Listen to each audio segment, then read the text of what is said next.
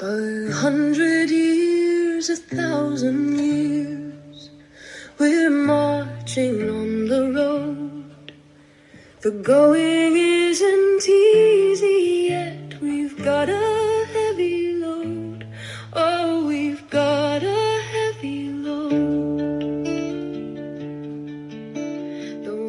Women of England, beloved sisters of Sheffield, I'm so glad you braved this cold and snowy weather to join us here at Sheffield's Friends Meeting House for this momentous occasion, the launch of the Sheffield Female Reform Association.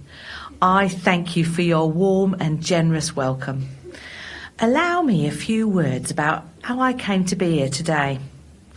When I was coming up in Chelmsford, I'd say at a meeting, usually a Chartist affair, my name is Ann Knight, and some heckling man would pipe up, Ann Knight, always spoiling for a fight. And for a long time, every time, I would get this hot red flush run right through my body from my feet clear up to my cheeks, and the audience would burst into laughter at the sight of my bright red face and the heckler's wit. My hair would fairly stand on end in terror, but I'd let the laughter subside, and then I'd begin. As a good Chartist, I'd talk loud and strong about all the wrongs we suffered as working people, denied rights of political representation. I'd categorise our movement's grievance, catalogue our movement's achievements, and capture the audience with the Chartist vision of a just and merciful society. How many years did it take me to realise? Slowly I learnt that where the People's Charter said universal suffrage, when you got right down to the nub of it, in terms of political discussion, practical action and gritty commitment, it only meant men's suffrage. Still, I credit those times as important for my learning. I could read, write, speak to a crowd or in a drawing room, at a trade union meeting or in a church. I carried those skills into what I considered an important and urgent matter, that of abolitionism, or what some call the anti-slavery movement. It is a cause dear to my heart. As Quakers, we are deeply opposed to slavery and do what we can to end this evil trade and the vile practices suffered by all African captives, no matter which country is at the helm of the slave ship or auction house. Many of us, Quakers and women from other nonconformist congregations, set up or contributed to abolitionist societies, and we have travelled nationally and internationally for the cause. And from that movement too, I learnt a lot about both friendship and betrayal. Let me take you back to a little over a decade ago, 1840. Most of you here may not remember or even know much about the anti-slavery convention that took place in London that year. It was a grand occasion with hundreds of delegates from anti-slavery groups from all over the world.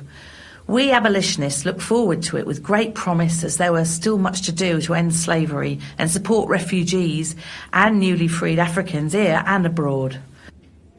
And just as we were all organising ourselves for this momentous historical event, a circular arrives to all attendees that says that the convention is for gentlemen only. We women of a proven mental capacity, experienced in rhetoric, educated in elocution, possessed of as much fact and figures as any male abolitionist, are to be prohibited from speaking. What? It's a bloody cheat. Indeed, it would be better if we women did not attend. Otherwise, the newspapers will, I dare say, compare our hats.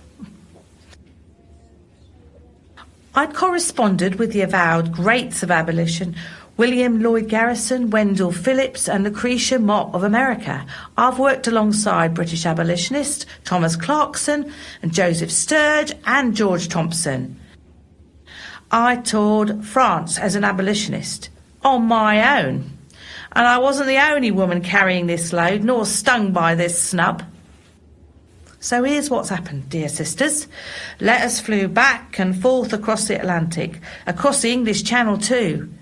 Dear Eliza, have you heard? Dear Miss Townsend, would you believe?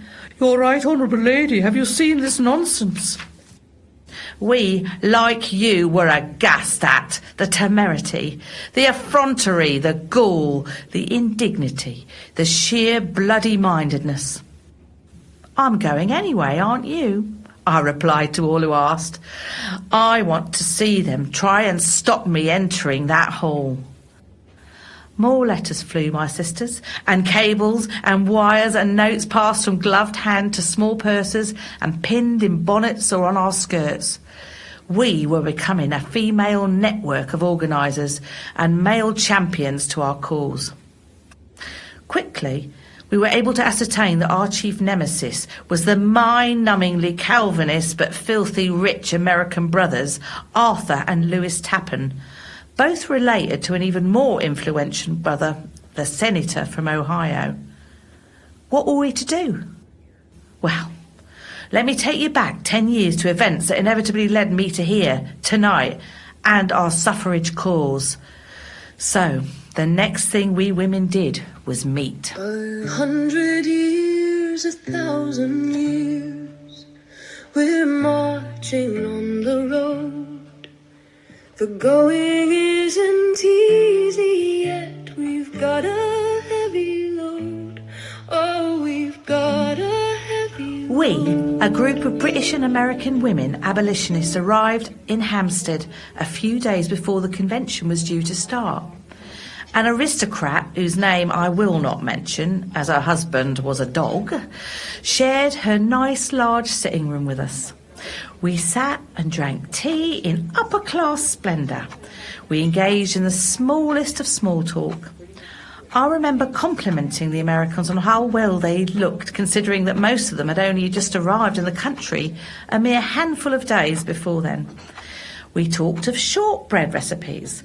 Some of the young women talked about holidays abroad and where they were going after they left England. Mary Ann Rawson relaxed and knitted and smiled, recording important bits of dialogue in every woolen stitch, as I could see she had a steel trap for a mind. But beneath our gentility, rage was building.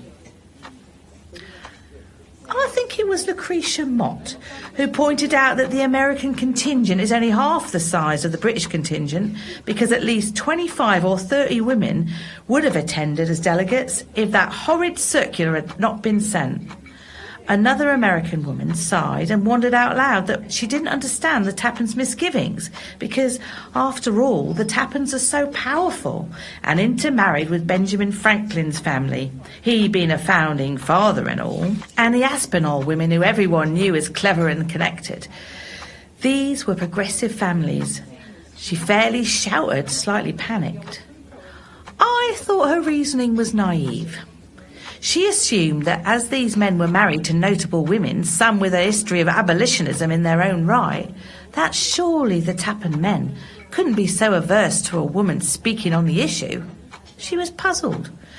And because I'm older, at 55, I was probably the oldest woman in attendance, and by then I didn't care as much about what other people thought of me, I set down my cup and sat forward in my chair and addressed the whole group.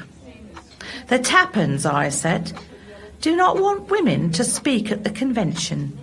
And as they are rich and highly regarded as important allies in the funding of the abolitionist movement in America and elsewhere, the British organisers caved in like rats and traded our voices for the family Tappans' fear of women. But why? Someone else asked. Why silence women who had worked together with women but also alongside men for decades? Women who had converted men and women equally to the cause of abolition, who had given their time, money and intellect, who knew as much or more than the men about the effects of slavery and its cruelty on slaver and enslaved. Lady Byron spelt it out nicely. It boils down to one reason and one reason alone. The Tappans and their supporters are frightened. They fear that women's public activities and achievements in this area could become tied to the women's ambitions for political power. And now, even the youngest in the room could see the truth. You mean the men don't want to help women's growing political awareness of our power? we determined that we would disrupt the first day. We contacted our male supporters and pressed every advantage we had as proven partners in a just cause. 100 years, 1,000 years, we're marching on the road. The going isn't easy yet, we've got a heavy load. Oh, Today, it all starts, 12th June 1840.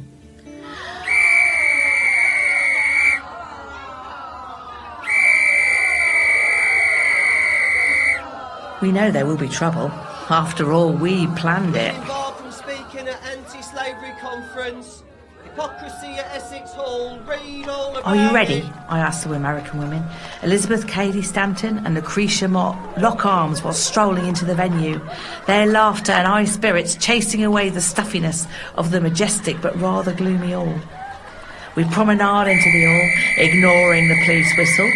The men hold their mouths as though a sour plum had appeared there, stuck to their tongue. We are meant to feel that most mean and humiliating of feelings, impudent and irrelevant, like a giant faux pas. But we know who our supporters are and what they will do. 100 years, 1,000 years, we're marching on the road. The going isn't easy yet, we've got a heavy load. Oh, That, my dears, was 10 years ago. Beware any movement that tells you that your cause confuses a wider issue. It is a cover for fear and an excuse for betrayal. Those men, friends, husbands, fellow abolitionists did what they could, but they lost that debate. The American women wore their fury with pride. We British women bore this insult in our own nation's capital with all too typical stiff upper lips and heavy sighs. Lady Byron, Mary Clarkson, Elizabeth Peace, Amelia Opie, Eliza Wigham, Elizabeth Ann Ashurst Bardenow, Matilda Ashurst Biggs, Lucy Townsend and others used their influence with male champions to debate on our behalf. Mary Ann Rawson as well. Later, she claimed she was comforted by the actions of many of the men who refused their allocated seats and chose instead to sit with us in solidarity in the spectators' gallery. Poor comfort indeed, but yes, better than being spat at and manhandled, which many of us suffer when we dare to speak of women's rights. At the end of that first day, after the long and heated debate between the men that were our supporters and the men who'd rather see us wear a skull's bridle, we never met again. We spent the remainder of the convention sitting in the gallery of onlookers, listening to speeches we knew had been written in full or in part by women. sons of our sons are listening to hear the women's cheer. Oh, to hear all humanity's cheer.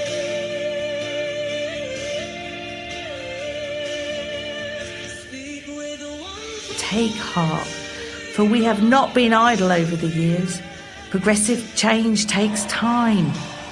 It took the Americans the best part of a decade to establish a women's rights campaign in their country, and now here as well.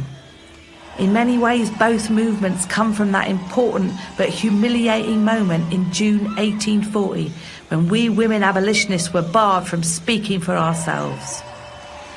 Here in Britain, we started with a placard and a pamphlet, but those years of work sowed seeds that have grown into you, the founders of this movement. And now we have reaped today's victory. Today we established the first women's suffrage organisation in this country. And yes, I am proud to say it's right here in Sheffield, home to many instances of working people's resistance and radical thought. I leave you with this final meditation. Rage can be a rush of blood to the head, but it can also be a deep and rumbling mix of disappointment, rising confidence and mysterious timing. In creating the Sheffield Women's Political Association, we have created something that is unstoppable, inevitable and just. An organisation that will finally put women's political representation and leadership first and foremost. Are you with me? I know you are. 100 years, 1,000 years, we're marching on the road. The going isn't easy yet. We've got a heavy load. Oh, we've got a heavy load. The way is blind with blood and sweat, and betrayal sings in our ears. But time is marching